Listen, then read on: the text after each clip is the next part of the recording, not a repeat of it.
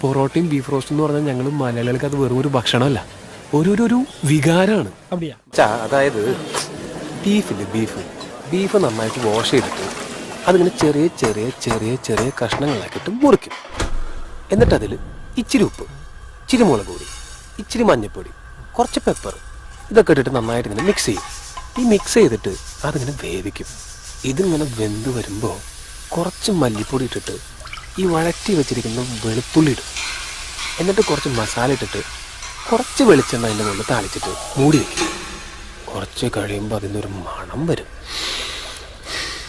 അപ്പം അതിങ്ങനെ തുറന്നിട്ട് അതിനൊരു തവി കൊണ്ട് കുറച്ച് ബീഫ് റോസ്റ്റ് എടുത്ത് പ്ലേറ്റിലേക്കിട്ട് നല്ല മുരിഞ്ഞൊരു പൊറോട്ട എടുത്ത് അതിൽ നിന്ന് ഒരു ചെറിയ പീസ് ഇങ്ങനെ കീറിയെടുത്ത് ചാറിൽ മുക്കി ഒരു ബീഫിൻ്റെ കഷ്ണം ഇങ്ങനെ പൊതിഞ്ഞെടുത്ത് ഇങ്ങനെ കഴിച്ചാൽ